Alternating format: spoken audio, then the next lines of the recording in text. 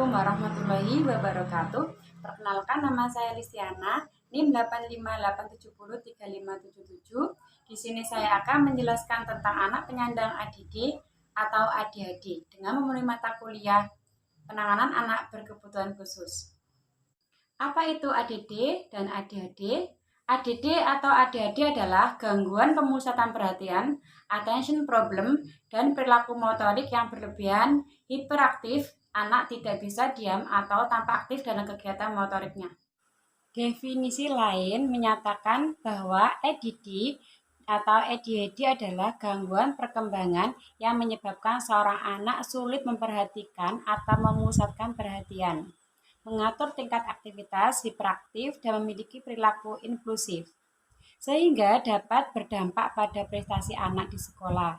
ADD atau ADHD bersifat kronis dan dapat menimbulkan disfungsi kognitif yang tidak sesuai dengan perkembangan usia anak. Di sini ada 3 simptom utama dari ADD atau ADHD, yaitu intention, impulsif, dan hiperaktif. Berikut ini ciri-ciri anak penyandang ADD dan ADHD.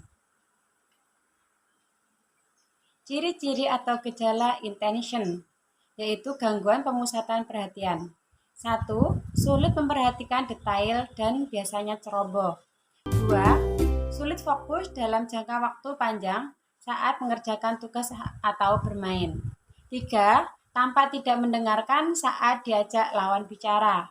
Yang keempat, sulit memahami instruksi dan sulit menyelesaikan tugas yang diberikan.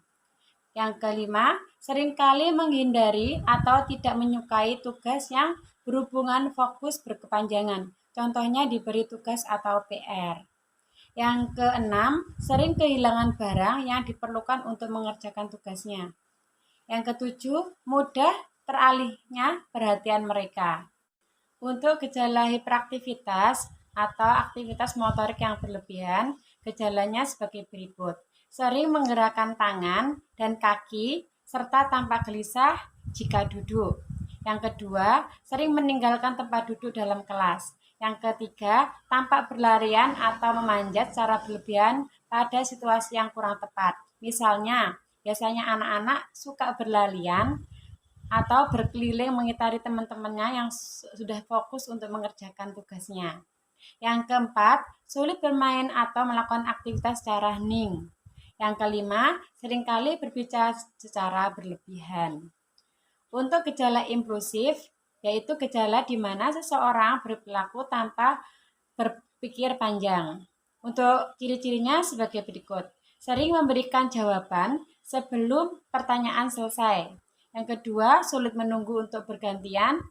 Yang ketiga, sering menginterupsi. Yang keempat, sulit memperhatikan detail dan ceroboh.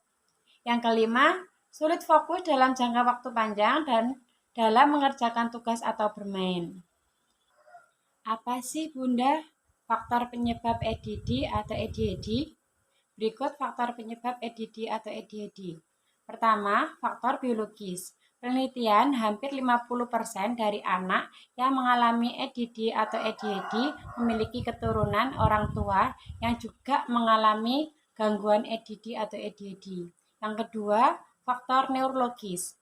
Didapatkan bahwa anak dengan ADD atau ADHD memiliki ketidakseimbangan neurotransmitter atau pengantar sinyal saraf otak pada 3 area otak mereka.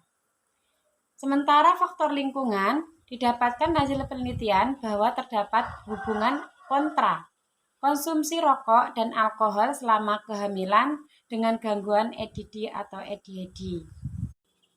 Bagaimana penanganan perilaku mengganggu ADD atau ADHD di lingkungan sekolah? Berikut langkah-langkah dalam menangani perilaku mengganggu di lingkungan sekolah. Yang pertama yang dilakukan oleh seorang guru adalah mengamati perilaku anak yang dianggap menyandang ADD atau ADHD. Guru berdiskusi dengan kepala sekolah dan guru-guru lainnya tentang anak tersebut. Selanjutnya, guru membawa anak menemui kepala sekolah agar mengetahui kondisi anak. Selanjutnya, guru memberikan bimbingan kepada anak tersebut. Selanjutnya, guru dan kepala sekolah mengadakan parenting dengan orang tua tersebut. Guru mengajak orang tua berkonsultasi dengan dokter, anak, psikolog, neurolog, atau terapis. Selanjutnya, psikolog melakukan pemeriksaan mengenai gangguan tersebut. Neurolog memberikan resep dan obat-obatan yang diperlukan dengan dosis yang tepat. Setelah mengetahui kondisi anak secara pasti, peran guru dan orang tua sangatlah penting untuk bisa menjadi partner di rumah dan di sekolah. Untuk itu dapat disimpulkan bahwa pengamatan sejak dini untuk gangguan ADD atau ADHD sangatlah penting untuk dilakukan karena bisa berdampak kronis untuk kelanjutan perkembangan anak tersebut. Sekian dan terima kasih penjelasan tentang penanganan anak dengan ADD atau ADHD. Terima kasih. Wassalamualaikum warahmatullahi wabarakatuh.